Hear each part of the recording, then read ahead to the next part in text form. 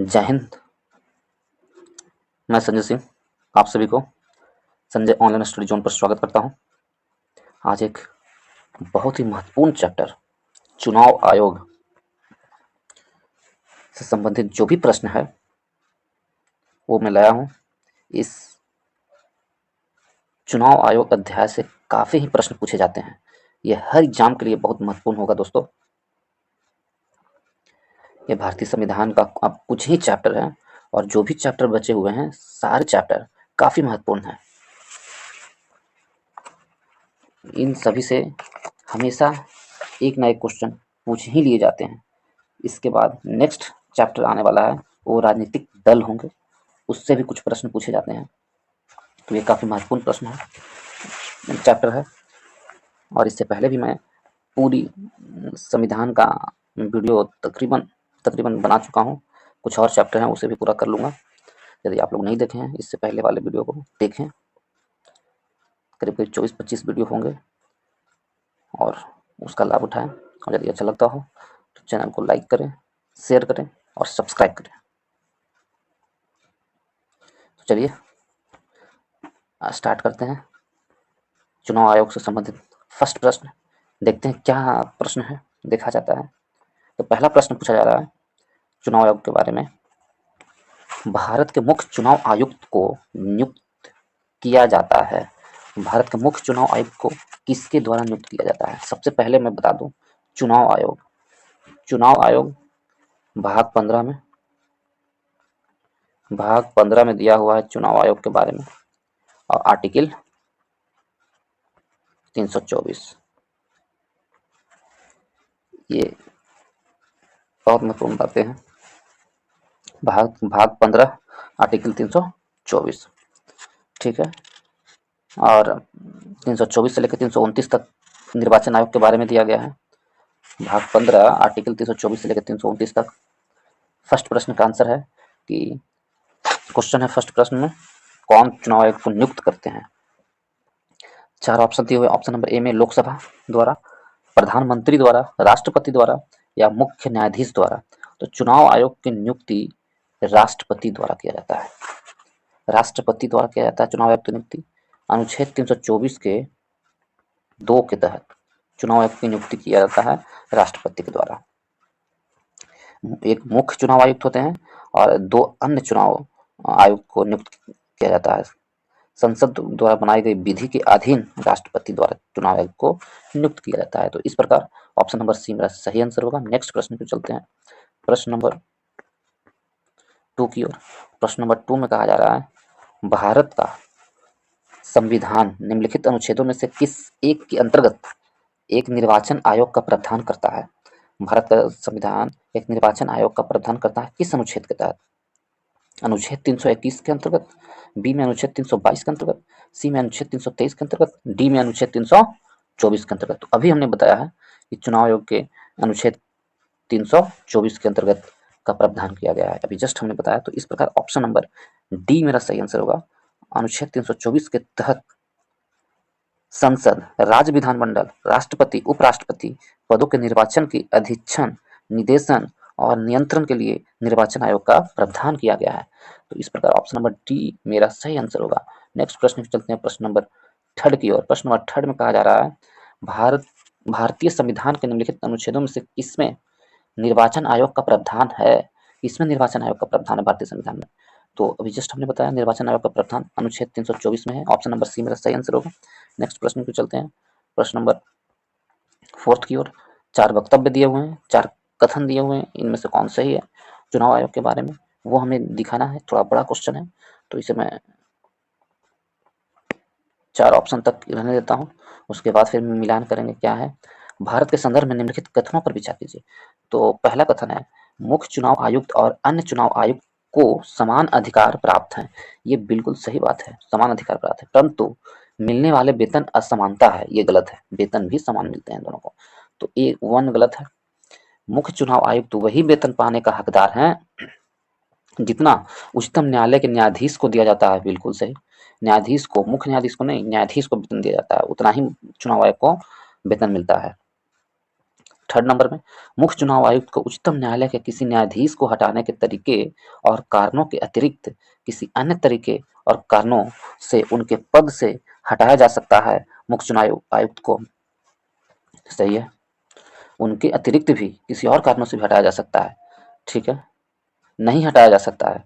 फिर से इसको पढ़िए, मुख्य चुनाव आयुक्त को उच्चतम न्यायालय के किसी न्यायाधीश को हटाने के तरीके और कारणों के अतिरिक्त, ये तरीका तो सही है, लेकिन उसके अतिरिक्त किसी अन्य तरीके और कारण से उनके पद से नहीं हटाया जा सकता, ये सही है, नहीं, अन्य तरीके से नहीं हटाया जा सकता, तो ये भी सही है, ये सही है। चुनाव आयुक्त का कार्यकाल उनके पदभार संभालने की 5 वर्ष अथवा 62 वर्ष की आयु प्राप्त कर लेने के जो भी पहले होता है, तो ये गलत है। नहीं, 5 वर्ष नहीं, 6 वर्ष या 65 वर्ष चुनाव आयुक्त का कार्यकाल होता है, 6 वर्ष या 65 वर्ष जो भी पहले हो। तो मेरा आंसर क्या पूछ रहा है यहाँ पर हमसे कि कौन सा कथन सही है, तो हमारा आंसर कौन सा हो जाएगा, कौन कौन सा कथन सही है, 2 और 3 सही था, तो इस प्रकार ऑप्शन नंबर बी मेरा सही आंसर होगा। ठीक है, क्योंकि समान वेतन मिलता है, समान भत्ता मिलता है, उच्चतम न्यायालय के न्यायाधीश के समान ही सारा चीज प्राप्त होता है, जबकि वहां कह रहा है कि नहीं मिलता है, तो एक गलत था और 4 गलत था, 2 और 3 सही था। इस प्रकार ऑप्शन नंबर बी मेरा सही आंसर है। नेक्स्ट प्रश्न पे चलते हैं, प्रश्न नंबर 5 की ओर। प्रश्न नंबर 5 में है, भारत के मुख्य निर्वाचन आयुक्त की पदावधि क्या है? तो भारत के पदावधि क्या है, कितने वर्ष के लिए होगा? 5 वर्ष के लिए, राष्ट्रपति के प्रसाद पर्यंत, 6 वर्ष या 65 वर्ष की आयु तक जो भी पहले हो, या 5 वर्ष या 65 वर्ष की आयु तक जो भी पहले हो, तो ऑप्शन नंबर सी मेरा सही आंसर होगा। अभी जस्ट हमने बताया 6 वर्ष या 65 वर्ष की आयु तक जो भी पहले हो, इनकी पदावधि की आयु है, चाहे 6 वर्ष पहले पूर जाए या 5 वर्ष 65 वर्ष पहले पूर जाए, तो वो रिटायर कर जाएंगे। तो इस प्रकार ऑप्शन नंबर बी मेरा सही, सी मेरा सही आंसर होगा। 5 का ऑप्शन नंबर सी मेरा सही आंसर होगा। हमारा सही आंसर है इस क्वेश्चन का, सही आंसर ऑप्शन नंबर सी है। नेक्स्ट प्रश्न की ओर चलते हैं, प्रश्न नंबर 6 की ओर। 6 में कहा जा रहा है, भारत के मुख्य निर्वाचन आयुक्त का पद समकक्ष होता है। तो भारत के मुख्य निर्वाचन आयुक्त का पद किसके समकक्ष होता है? तो भारत के मुख्य न्यायाधीश के समकक्ष होता है? नहीं, मुख्य न्यायाधीश के नहीं। भारत के मुख्य निर्वाचन आयुक्त का पद किसके समकक्ष होता है? किसी राज्य के राज्यपाल के समकक्ष होता है? नहीं। लोकसभा अध्यक्ष के समकक्ष होता है? नहीं। राज्य के विधानसभा अध्यक्ष के समकक्ष होता है? नहीं।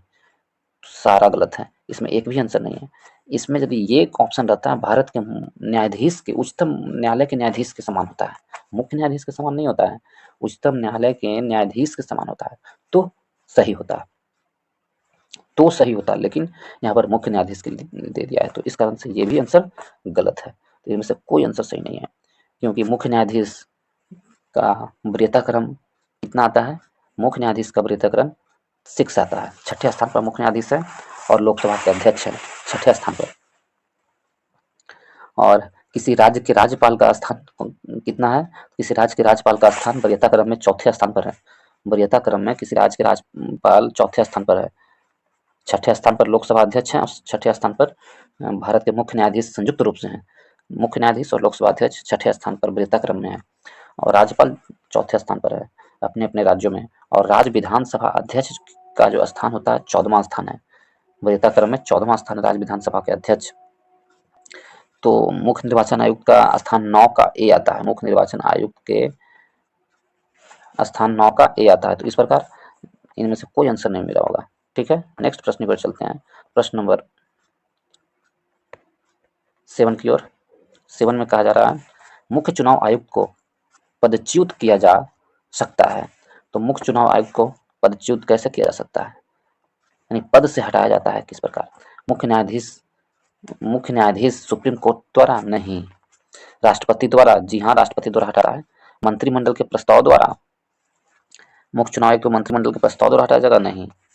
संसद के दोनों सदनों के सदस्यों के 2/3 बहुमत से प्रमाणित आधार पर? ये भी सही है। इस प्रकार ऑप्शन नंबर बी और डी दोनों सही मेरा आंसर होगा। नेक्स्ट प्रश्न पर चलते हैं, प्रश्न नंबर 8 की ओर। 8 में कहा जा रहा है, प्रश्न नंबर 8 में, मुख्य चुनाव आयुक्त को पदच्युत किया जा सकता है। तो मुख्य चुनाव आयुक्त को पदच्युत कैसे किया जा सकता है? तो मुख्य चुनाव आयुक्त को पदच्युत करने के लिए 4 ऑप्शन दिए हुए हैं संसद के दोनों, इसमें ऑप्शन नंबर सी मेरा सही आंसर होगा। भारत के मुख्य न्यायाधीश के परामर्श से राष्ट्रपति द्वारा? नहीं, सी गलत आंसर है। मंत्रिपरिषद के परामर्श पर राष्ट्रपति द्वारा? तो नहीं, ये भी गलत हो जाएगा। हमारा आंसर इसमें कौन सा होगा? उस प्रक्रिया द्वारा जो सर्वोच्च न्यायालय के न्यायाधीश पर लागू होती है। ऑप्शन नंबर बी मेरा सही आंसर होगा। यदि ये ऑप्शन नहीं होता तो ऑप्शन नंबर ए मेरा सही आंसर होता, लेकिन ऑप्शन नंबर ए भी सही नहीं है। सबसे सटीक आंसर इसमें ऑप्शन नंबर बी होगा। नेक्स्ट प्रश्न पर चलते हैं, प्रश्न नंबर 9 की ओर। 9 में कहा जा रहा है निर्वाचन आयुक्त हटाए जा सकते हैं। निर्वाचन आयुक्त हटाए जा सकते हैं किस प्रकार? मुख्य निर्वाचन आयुक्त के परामर्श पर राष्ट्रपति द्वारा। उसने हमसे पूछा था मुख्य निर्वाचन आयुक्त हटाए जा सकते हैं, और इसमें प्रश्न पूछा जा रहा है 9 नंबर में निर्वाचन आयुक्त हटाए जा सकते हैं। दोनों प्रश्न की प्रकृति अलग है। 8 नंबर प्रश्न में और 7 नंबर में क्या पूछा था? मुख्य निर्वाचन आयुक्त को पदच्युत किया जा सकता है, तो उस प्रक्रिया से उसका आंसर था। लेकिन यहाँ मुख्य निर्वाचन आयुक्त नहीं, निर्वाचन आयुक्त हटाए जा सकते हैं। 4 ऑप्शन दिए हुए हैं, मुख्य निर्वाचन आयुक्त द्वारा, प्रधानमंत्री द्वारा, मुख्य निर्वाचन आयुक्त के परामर्श पर राष्ट्रपति द्वारा। तो ऑप्शन नंबर सी मेरा सही आंसर होगा। मुख्य निर्वाचन आयुक्त के परामर्श पर राष्ट्रपति द्वारा निर्वाचन आयुक्त को हटाया जा सकता है। नेक्स्ट क्वेश्चन की ओर चलते हैं, क्वेश्चन नंबर 10 की ओर। क्वेश्चन नंबर 10 में कहा जा रहा है निम्नलिखित में से कौन भारत में राजनीतिक दलों को मान्यता प्रदान करता है? तो भारत में राजनीतिक दलों को मान्यता प्रदान करने वाला कौन है? भारत के राष्ट्रपति हैं ए में। बी में कहा जा रहा है भारत का निर्वाचन आयोग। सी में विधि एवं न्याय मंत्रालय। डी में लोकसभा का अध्यक्ष। तो ऑप्शन नंबर बी मेरा सही आंसर होगा। भारत का निर्वाचन आयोग किसी राजनीतिक पार्टी को दलों की मान्यता प्रदान करती है। ठीक है, निर्वाचन आयोग अनुच्छेद 324 में भाग 15 में निर्वाचन आयोग के बारे में दिया हुआ है। नेक्स्ट प्रश्न पे चलते हैं, प्रश्न नंबर 11th की ओर। 11th में कहा जा रहा है कि भारत में राजनीतिक दलों को निम्नलिखित में से किसके द्वारा पंजीकृत और मान्यता प्रदान की जाती है? तो राजनीतिक दलों को किसके द्वारा मान्यता प्रदान की जाती है, पंजीकृत की जाती है? तो भारत के राज्यों के संबंधित निर्वाचन आयोग द्वारा, भारत के निर्वाचन आयोग द्वारा। तो ऑप्शन नंबर बी मेरा सही आंसर होगा। भारत के निर्वाचन आयोग द्वारा राजनीतिक दलों को मान्यता प्रदान की जाती है, पंजीकृत किया जाता है। तो ऑप्शन नंबर बी सटीक आंसर है। ऑप्शन नंबर बी मेरा सही आंसर है। नेक्स्ट प्रश्न को चलते हैं, प्रश्न नंबर 12 की ओर। 12 में कहा जा रहा है, प्रश्न नंबर 12 में क्या है देख लीजिए। तो भारत के निर्वाचन आयोग के निम्नलिखित में से कौन से कृत्य हैं? तो भारत के निर्वाचन आयोग के निम्नलिखित में से कौन से कृत्य हैं? लोकसभा के अध्यक्ष और उपाध्यक्ष तथा राज्यसभा के सभापति के पदों के लिए निर्वाचन करवाना। तो लोकसभा के अध्यक्ष एवं उपाध्यक्ष और राज्यसभा के सभापति के लिए निर्वाचन आयोग करवाते हैं? बिल्कुल गलत है, क्योंकि अध्यक्ष और उपाध्यक्ष का निर्वाचन होता ही नहीं, उनकी नियुक्ति होती है। ये गलत है। और नगर पालिकाओं और नगर निगमों के लिए निर्वाचन करना, तो ये भी गलत है कि नगर पालिका और नगर निगम को जो निर्वाचन करवाता है वो राज्य के निर्वाचन आयोग द्वारा किया जाता है। और थर्ड में निर्वाचनों के उत्पन्न सभी संदेहों और विवादों का निर्णय, ये भी गलत है। तो इस प्रकार ऑप्शन नंबर कथन नंबर 1, 2, 3 सभी गलत है। तो ऑप्शन नंबर डी मेरा सही आंसर का कोई सही नहीं है। नेक्स्ट प्रश्न पर चलते हैं, प्रश्न नंबर 13 की ओर। प्रश्न नंबर 13 में कहा जा रहा है, थोड़ा छोटा कर देता हूँ, छोटा होने लायक है। इसमें कहा भारत के निर्वाचन आयोग के कार्य हैं। तो भारत के निर्वाचन आयोग के कार्य क्या है देख लीजिए। निर्वाचन आयोग का कार्य है, फर्स्ट में है संसद एवं राज्य विधानमंडल के सभी चुनाव करवाना। सही है, निर्वाचन आयोग का ये कार्य है कि संसद और राज्य विधानमंडल के जितने भी कार्य हैं, वो जितने भी चुनाव हैं वो करवाएगी। तो बी ये एक तो फर्स्ट सही है, कथन नंबर 1 सही है। कथन नंबर 2, राष्ट्रपति और उपराष्ट्रपति पदों के लिए चुनाव करवाना, तो ये भी बिल्कुल सही है। राष्ट्रपति एवं उपराष्ट्रपति के पदों के लिए भी चुनाव करवाया जाता है, सभापति के लिए चुनाव नहीं होता है, इसलिए वो गलत था ऊपर में। 3 में, किसी राज्य में स्वतंत्र एवं निष्पक्ष चुनाव के लिए अनुकूल दशा न होने पर राष्ट्रपति शासन लगाए जाने की संस्तुति करना, ये काम नहीं है चुनाव आयोग का, ये काम राज्यपाल जी का है, उस राज्य के राज्यपाल जी के द्वारा होगा ये। तो ये गलत है।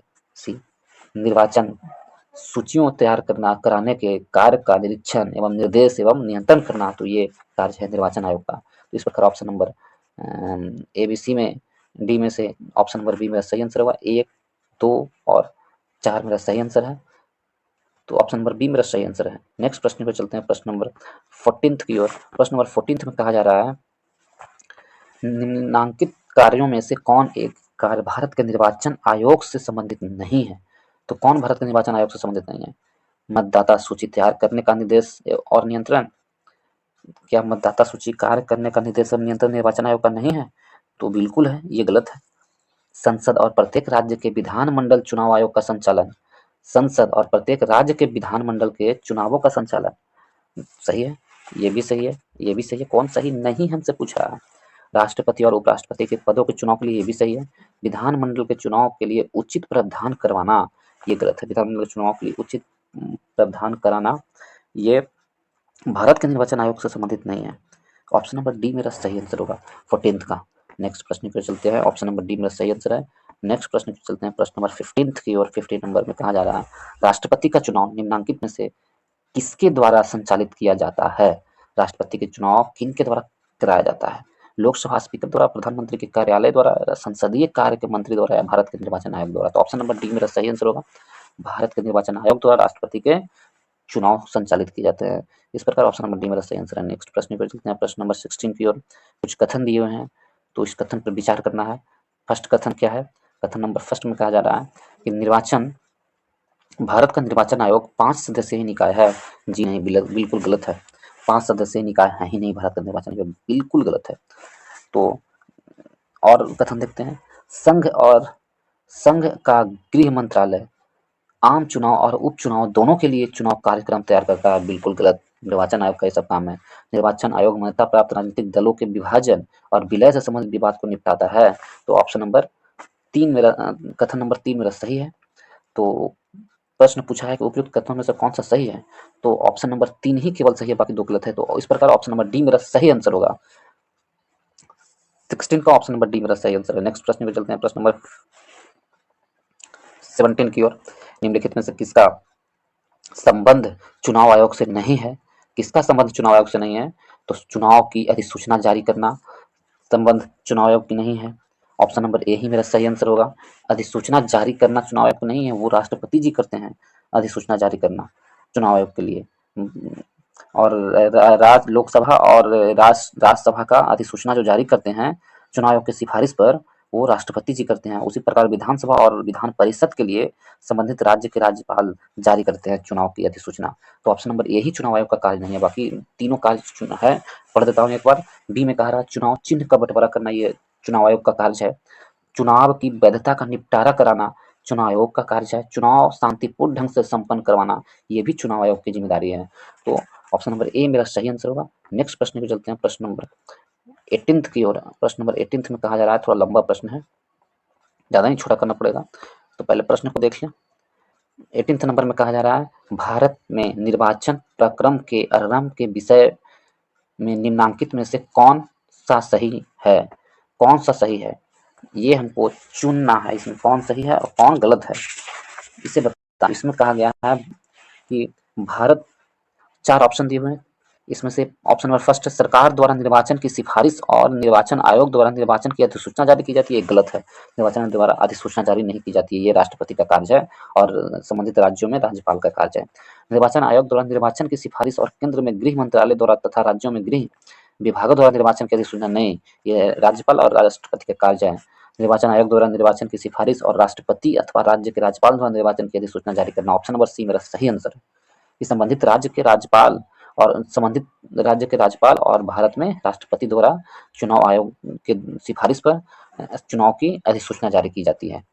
ठीक है, तो ऑप्शन नंबर सी मेरा सही आंसर होगा प्रश्न नंबर 18 का। नेक्स्ट प्रश्न को चलते हैं, प्रश्न नंबर 19 की ओर। प्रश्न नंबर 19 में कहा जा रहा है कि भारत में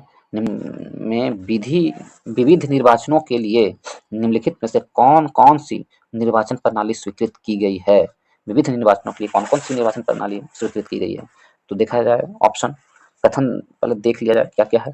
वयस्क मताधिकार के आधार पर प्रत्यक्ष निर्वाचन प्रणाली। 2 में एकल संक्रमणीय मत के द्वारा अनुपातिक प्रतिनिधित्व की प्रणाली। तो व्यस्क मताधिकार ये सही है। एकल संक्रमणीय मत द्वारा अनुपातिक प्रतिनिधित्व प्रणाली, ये भी सही है। वो राष्ट्रपति जी का और उपराष्ट्रपति जी का चुनाव इसी प्रक्रिया के द्वारा होता है। अनुपातिक प्रतिनिधित्व की सूची प्रणाली, ये गलत है। अनुपातिक प्रतिनिधित्व की सूची प्रणाली के द्वारा नहीं होता है। अप्रत्यक्ष निर्वाचन की संचयी मतदान प्रणाली, ये भी गलत है। तो इस प्रकार ऑप्शन नंबर कथन नंबर 1 और 2 सही है। तो हमसे पूछा है कौन सही उत्तर है, उसका चयन करें, तो ए ऑप्शन नंबर ए मेरा सही आंसर होगा। नेक्स्ट प्रश्न को चलते हैं, प्रश्न नंबर 20 की ओर। 20 में कहा जा रहा है, प्रश्न नंबर 20 में है, सांसदों की अयोग्यता संबंधित विवाद पर कौन निर्णय देता है? तो सांसदों की अयोग्यता संबंधित विवाद पर निर्णय भारत के निर्वाचन आयोग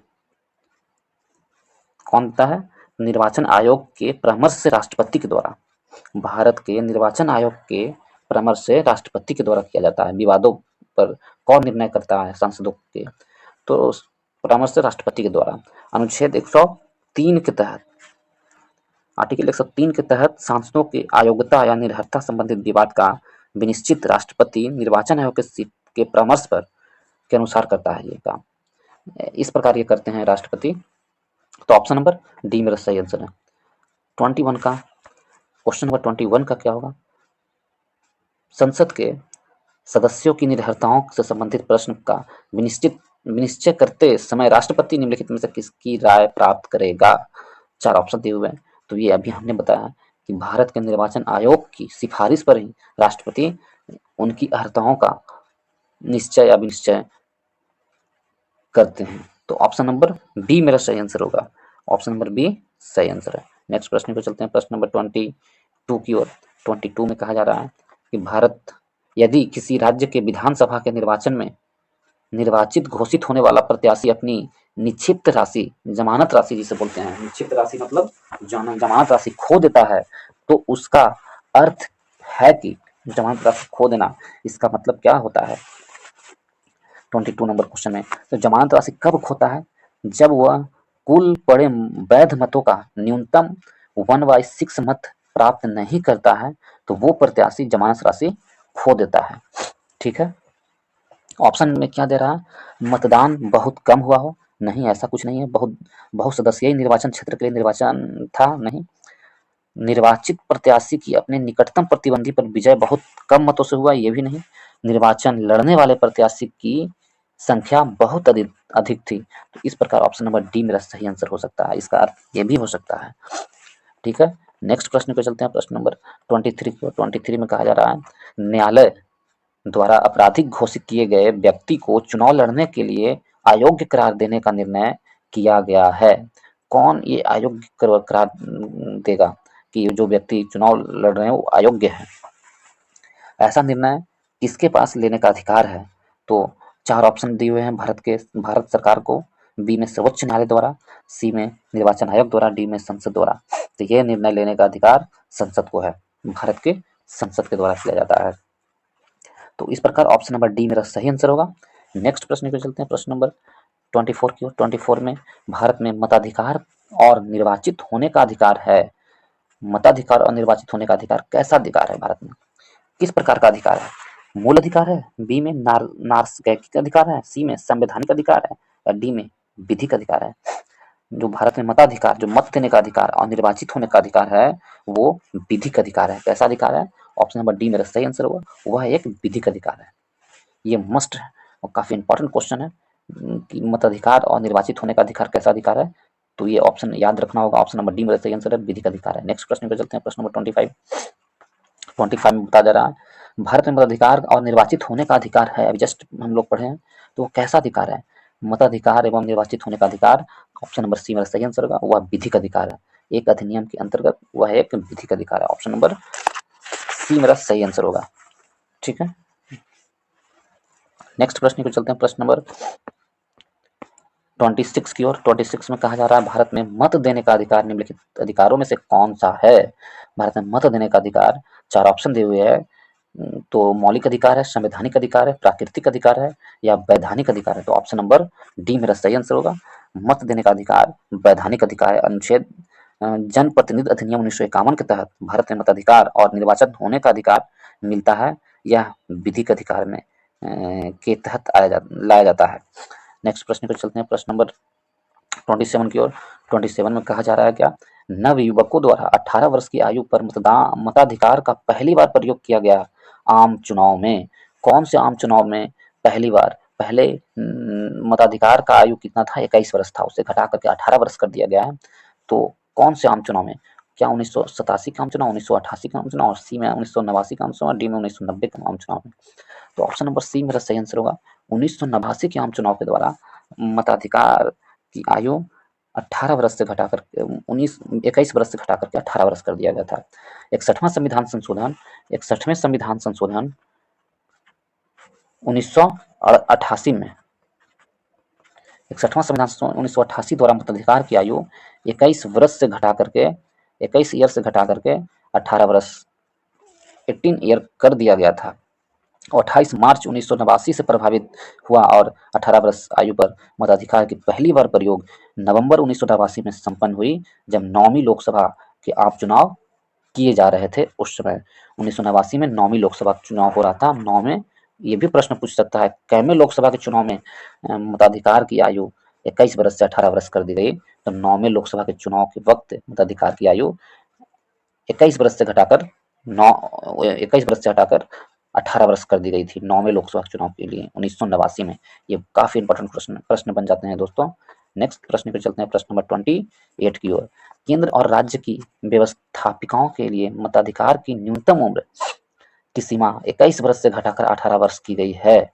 तो अभी जस्ट हमने बताया 21 वर्ष से 18 वर्ष की गई है। कब की गई है? तो 61वें संविधान संशोधन 1989 से की गई है, और 61वें संविधान संशोधन 1988 के द्वारा 1989 से की गई है। तो ऑप्शन नंबर सी मेरा सही आंसर होगा। 28 का ऑप्शन नंबर सी मेरा सही आंसर होगा। नेक्स्ट प्रश्न पे चलते हैं, प्रश्न नंबर 29 की ओर। 29 में क्या प्रश्न है? किस संविधान संशोधन द्वारा मतदान की आयु 21 वर्ष से घटाकर 18 वर्ष कर दी गई है? जस्ट हमने पढ़ा है कि 21 वर्ष से घटाकर 18 वर्ष की गई है। 61वें संविधान संशोधन, ऑप्शन नंबर सी मेरा सही आंसर होगा। 61वें संविधान संशोधन द्वारा 1988 61वें संविधान संशोधन अधिनियम 1988 के द्वारा 1989 में 21 वर्ष से घटाकर 18 वर्ष कर दिया गया था। और इसकी पहली मताधिकार इसका 18 वर्ष के लोग किए थे 9वीं लोकसभा चुनाव के समय 1989 में। नेक्स्ट प्रश्न पे चलते हैं, प्रश्न नंबर 30 की ओर। 30 में कहा जा रहा है भारतीय संविधान का 61वां संशोधन निम्नलिखित में से किस एक से संबंधित है? भारतीय संविधान का 61वां संशोधन, तो 4 ऑप्शन दिए हुए हैं। मताधिकार की आयु घटाए जाने से संबंधित है। ऑप्शन नंबर सी मेरा सही आंसर होगा। अभी जस्ट हमने ऊपर पढ़ा है किस लिए 61वां संविधान संशोधन है, तो मतदाताओं की आयु घटाए जाने से संबंधित है। पहले 21 वर्ष हुआ करता था, उसे घटाकर 18 वर्ष कर दिया। इस प्रकार ऑप्शन नंबर सी मेरा सही आंसर है। नेक्स्ट प्रश्न पे चलते हैं, प्रश्न नंबर 31 की ओर। 31 में कहा जा रहा है भारतीय संविधान का कौन सा अनुच्छेद लोकसभा एवं विधानसभा के प्रतिनिधियों को निर्वाचित करने अर्थात वयस्क मताधिकार का अधिकार प्रदान करता है? कौन सा अनुच्छेद है जो चुनाव में वयस्क मताधिकार देने का अधिकार प्रदान करता है? वो कौन सा अनुच्छेद है? 4 अनुच्छेद दिए हुए हैं। क्या 324 है, क्या 326 है, क्या 325 है, या क्या 323 है? कौन से अनुच्छेद के द्वारा मताधिकार देने का अधिकार है? तो ऑप्शन नंबर ए मेरा सही आंसर होगा। अनुच्छेद 326 के द्वारा मताधिकार देने का अधिकार है, वयस्क मताधिकार देने का अधिकार अनुच्छेद 326 के द्वारा किया गया है। भाग 15 में अनुच्छेद 326 के तहत यह प्रावधान किया गया है। ठीक है, ऑप्शन नंबर ए मेरा सही आंसर होगा। ये काफी महत्वपूर्ण चैप्टर है दोस्तों। यदि आप लोग को इस चैप्टर से कुछ भी सीखने के लिए मिलता हो तो वीडियो को लाइक करें, दोस्तों के ग्रुप में शेयर करें, और वीडियो को सब्सक्राइब करना ना भूलें दोस्तों। चलिए नेक्स्ट प्रश्न को चलते हैं, प्रश्न नंबर 32 की ओर। संविधान में किस अनुच्छेद में वयस्क मताधिकार को मान्यता प्रदान की गई है? तो अभी जस्ट हमने देखा वयस्क मताधिकार की मान्यता प्रदान की गई है किसमें? अनुच्छेद नंबर 326 के तहत। ऑप्शन नंबर सी मेरा सही आंसर होगा। नेक्स्ट प्रश्न पे चलते हैं, प्रश्न नंबर 33 की ओर। 33 में कहा जा रहा है, थोड़ा छोटा करना पड़ेगा। 33 में है कि निर्गमन मत सर्वेक्षण के विषय में कौन कथन सही है? निर्गमन मत सर्वेक्षण के विषय में कौन सा कथन सही है? ये मुझसे पूछा गया है प्रश्न। तो निर्गमन मत सर्वेक्षण में ऑप्शन नंबर ए में कहा जा रहा है निर्गम मत सर्वेक्षण अभिव्यक्ति का प्रयोग मतदाताओं के उस निर्वाचनेतर सर्वेक्षण को व्यक्त करता है जिससे यह पता चले कि मतदाताओं ने अपने मताधिकार का प्रयोग किस प्रत्याशी के पक्ष में किया है। तो ऑप्शन नंबर ए ही मेरा सही है। ऑप्शन नंबर ए ही मेरा सही है। एग्जिट पोल के बारे में कहा जा रहा है। निर्गम मत सर्वेक्षण यानी एग्जिट पोल वह पद्धति है जिससे मतदान के तुरंत बाद यह पता लगाया जाता है कि मतदाताओं ने किस प्रत्याशी या दल को अब पक्ष में अपना मताधिकार का प्रयोग किया है। इसका इंग्लिश क्या होता है? Exit poll. तो ऑप्शन नंबर ए मेरा सही आंसर हुआ। एग्जिट पोल का मतलब ही हुआ कि जिससे यह पता चल सके कि जो मतदाता थे वो किस पार्टी या किस पार्टी के सदस्य के लिए मताधिकार का उपयोग किए हैं। तो ऑप्शन नंबर ए मेरा सही है। नेक्स्ट प्रश्न पे चलते हैं, प्रश्न नंबर 34 की ओर। 34 में कहा जा रहा है 2009 लोकसभा में निर्वाचकों की संख्या मिलियंस में, 1 मिलियन से बराबर 10 लाख होता है, लगभग कितनी है? निर्वाचकों की संख्या मिलियंस में लगभग कितनी है? तो जब 2009 में लोकसभा चुनाव हो रहा था उस समय निर्वाचकों की संख्या मिलियंस में ऑप्शन नंबर सी होगा 714 मिलियन थी निर्वाचक, यानी मत देने वाले लोग 714 मिलियन थे। ऑप्शन नंबर सी मेरा सही आंसर होगा। नेक्स्ट प्रश्न पे चलते हैं, प्रश्न नंबर, थोड़ा बड़ा कर लिया जाए प्रश्न को, छोटा करने पर भी पूरा ये कथन नहीं आएंगे, काफी छोटा हो जाएगा दोस्तों, दिख नहीं पाएगा, इसलिए इसे पहले मैं 2 ऑप्शन को देखता हूँ कथन को। कह रहा जनप्रतिनिधित्व संशोधन अधिनियम 1996 द्वारा निर्वाचित निर्वाचित विधि में हुए हाल के संशोधनों के विषय में निम्नलिखित कथनों पर विचार कीजिए। कथन 1 में कहा जा रहा है कि भारतीय राष्ट्रीय ध्वज अथवा भारत के संविधान के अपमान के अपराध के लिए किसी दोष सिद्धि के होने पर दोष सिद्धि की तिथि से 6 वर्ष के लिए संसद और राज्य विधानमंडलों के चुनाव लड़ने की अयोग्यता हो जाएगी। तो ये बिल्कुल सही है, ऐसा प्रावधान किया गया है 1996 के अधिनियम द्वारा। ठीक है, तो कथन 1 सही है। कथन 2 देखें, लोकसभा के लिए चुनाव लड़ने हेतु अभ्यर्थी द्वारा जमा किए जाने वाले प्रतिभूति निक्षेप में वृद्धि की गई है, ये भी सही है। पहले 1500 रुपया पहले कम राशि जमा किए जाते थे, अब इस राशि को जमा करने की अधिसूचना को और बढ़ा दी गई है।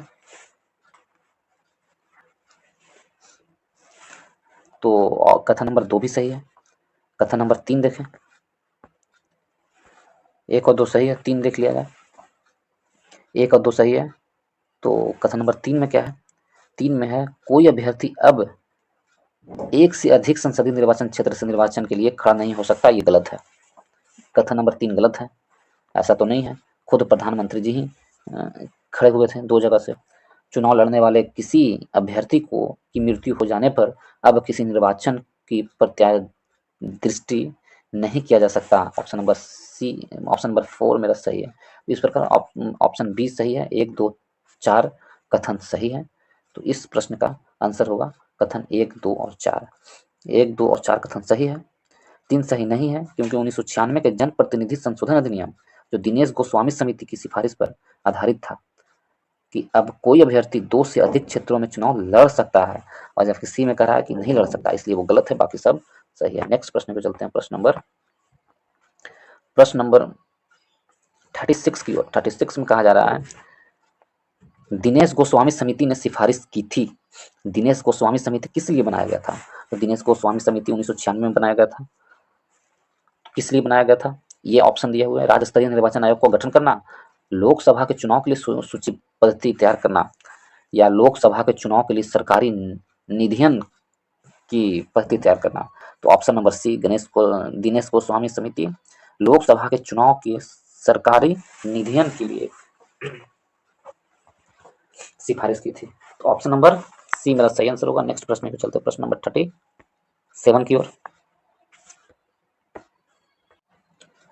प्रश्न नंबर 37 में है दिनेश गोस्वामी समिति का संबंध था।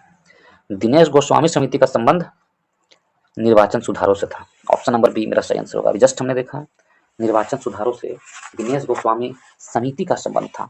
दिनेश गोस्वामी समिति 1990 के संयुक्त मोर्चा सरकार के दौरान विधि मंत्री थे और उनकी अध्यक्षता में चुनाव सुधारों पर समिति का गठन किया गया।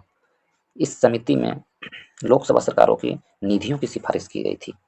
तो दिनेश गोस्वामी क्या है? चुनाव सुधारों से संबंधित थे Dinesh Goswami. Option number B मेरा सही आंसर होगा। नेक्स्ट प्रश्न पे चलते हैं, प्रश्न नंबर 38 की ओर। 38 में कहा जा रहा है निम्नलिखित में से कौन भारत के चुनाव आयोग का सदस्य नहीं है? तो वो पुराना प्रश्न है। उसके अनुसार यहाँ पर कोई भी आंसर नहीं होगा। 2000 के समय 2000 4 ऑप्शन दिए हुए हैं। जिस समय ये प्रश्न पूछा गया था उसके अनुसार मेरा आंसर इसमें क्या होगा, पहले देख लिया जाए। ए में है डॉक्टर एस एस गिल। तो जिस समय यह प्रश्न पूछा गया था उस समय एस एस गिल भारत के मुख्य चुनाव आयुक्त थे। जिस समय यह प्रश्न पूछी गई थी उस समय 2000 के समय गिल मुख्य चुनाव आयुक्त थे। और एन बी और ऑप्शन नंबर डी में है बी लिंगदो, वे चुनाव आयुक्त थे। और टी एस कृष्णामूर्ति ये भी चुनाव आयुक्त थे। तो इस प्रकार ऑप्शन नंबर बी मेरा सही आंसर होगा। जिस समय ये प्रश्न पूछे गए थे उस समय के अनुसार ऑप्शन नंबर बी मेरा सही आंसर होगा। लेकिन वर्तमान समय में मुख्य चुनाव आयुक्त कौन है, तो राजीव कुमार है। वर्तमान समय में राजीव कुमार है। और दो अन्य चुनाव आयुक्त हैं, एक अरुण गोयल और दूसरे नंबर के अनूप चंद्र पांडे। ये कुल 3 सदस्यों का नाम मैंने बता दिया जो वर्तमान समय में चुनाव आयुक्त के रूप में नियुक्त किए गए हैं। तो वर्तमान समय में ये आंसर सही नहीं होगा, लेकिन उस समय के अनुसार ऑप्शन नंबर बी मेरा सही आंसर है। नेक्स्ट प्रश्न पे चलते हैं, प्रश्न नंबर 39 की ओर। 39, भारत की प्रथम महिला मुख्य निर्वाचन आयुक्त कौन थी? भारत की प्रथम महिला मुख्य निर्वाचन आयुक्त कौन थी? काफी अच्छा प्रश्न और काफी महत्वपूर्ण प्रश्न है। तो भारत का प्रथम पुरुष चुनाव आयुक्त यदि पूछ ले तो कौन थे? सुकुमार सेन थे। लेकिन महिला पूछे तो वो पी एस रमा देवी। पुरुष के बारे में तो सब जानते हैं, लेकिन महिला के बारे में पहली महिला निर्वाचन आयुक्त कौन बनी थी? तो वो बी एस रमा देवी थी, जो भारत की पहली महिला मुख्य निर्वाचन आयुक्त बनी थी। 1990 में बनी थी ये रमा देवी मुख्य निर्वाचन आयुक्त। नेक्स्ट प्रश्न पे ऑप्शन नंबर सी मेरा सही आंसर होगा। नेक्स्ट प्रश्न पे चलते हैं, प्रश्न नंबर 40 की ओर। 40 में कहा जा रहा है, प्रश्न नंबर 40 में उस देश में अनुपातिक प्रतिनिधित्व आवश्यक नहीं है जहां द्विदलीय प्रणाली विकसित हुई है, वहां अनुपातिक प्रतिनिधित्व आवश्यक नहीं होती है उस देश में।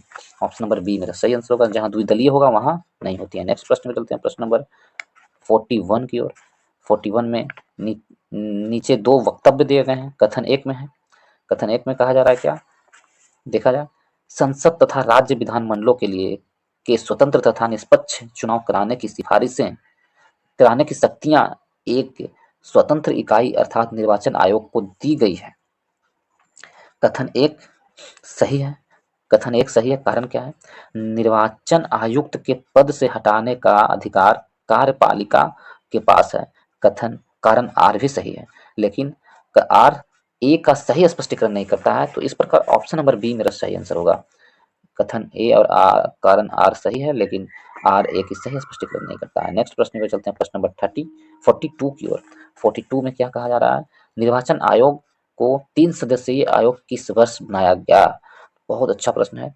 निर्वाचन आयोग को 3 सदस्यीय आयोग किस वर्ष बना दिया गया? इससे पहले निर्वाचन आयोग एक सदस्यीय हुआ करता था। केवल निर्वाचन आयोग मुख्य निर्वाचन आयुक्त हुआ करते थे। लेकिन 1989 से ऑप्शन नंबर सी 1989 से निर्वाचन आयोग को 3 सदस्यीय आयोग बना दिया गया। 1989 से ऑप्शन नंबर सी मेरा सही आंसर होगा। नेक्स्ट प्रश्न पे चलते हैं, प्रश्न नंबर 43 की ओर। 43 में कहा जा रहा है, निम्नलिखित में से कौन सा चुनाव निर्वाचन आयोग द्वारा संपादित नहीं किया जाता है? कौन सा चुनाव नहीं किया जाता है निर्वाचन आयोग द्वारा? ऑप्शन नंबर ए में लोकसभा का, ऑप्शन नंबर बी में राज्यसभा का, डी में राष्ट्रपति का, और सी में राष्ट्रपति का, और डी में स्थानीय निकायों का।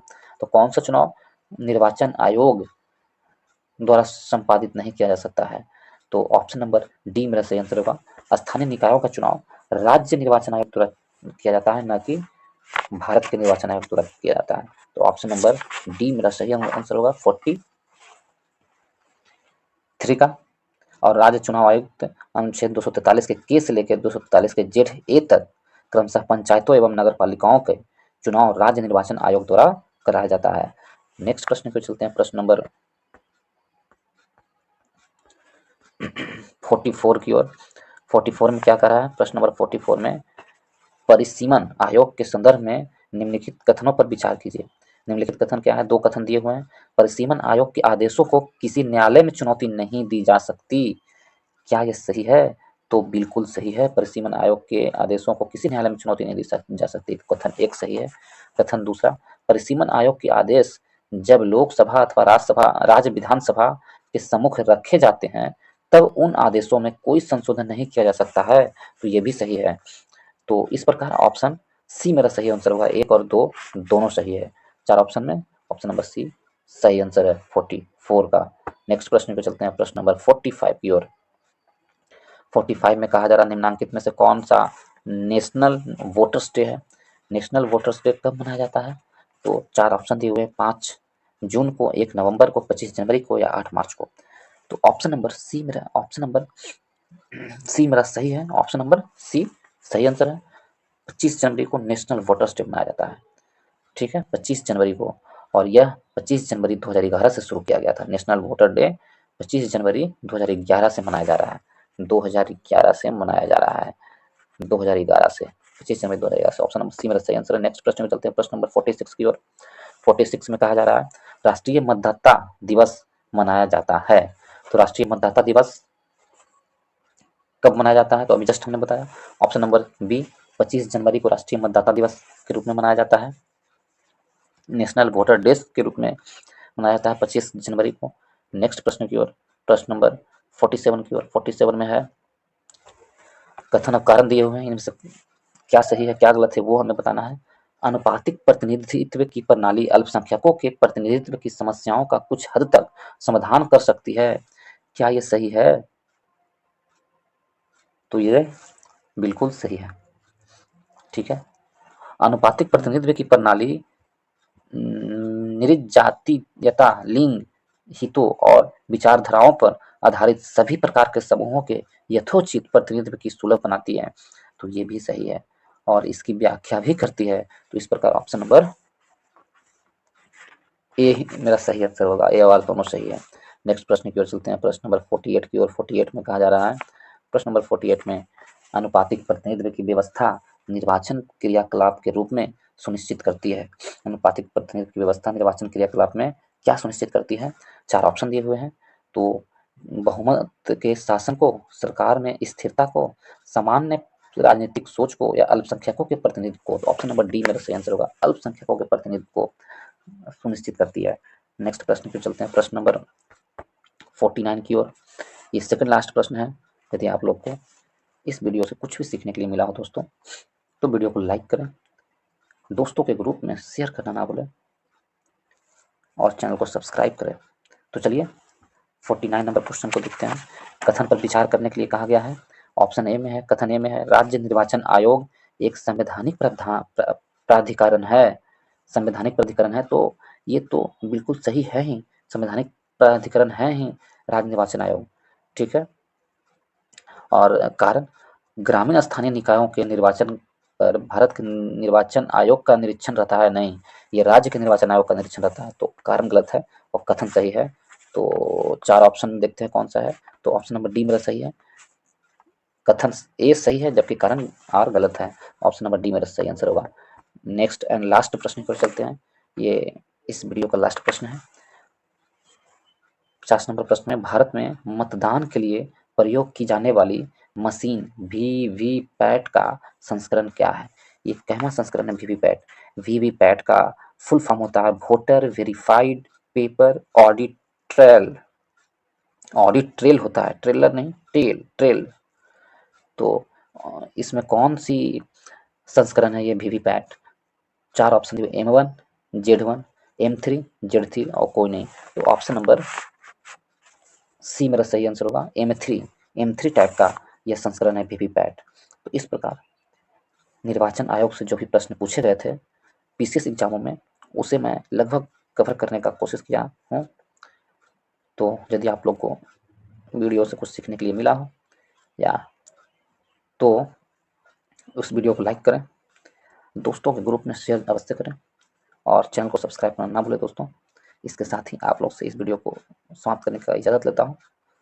धन्यवाद, बहुत बहुत धन्यवाद।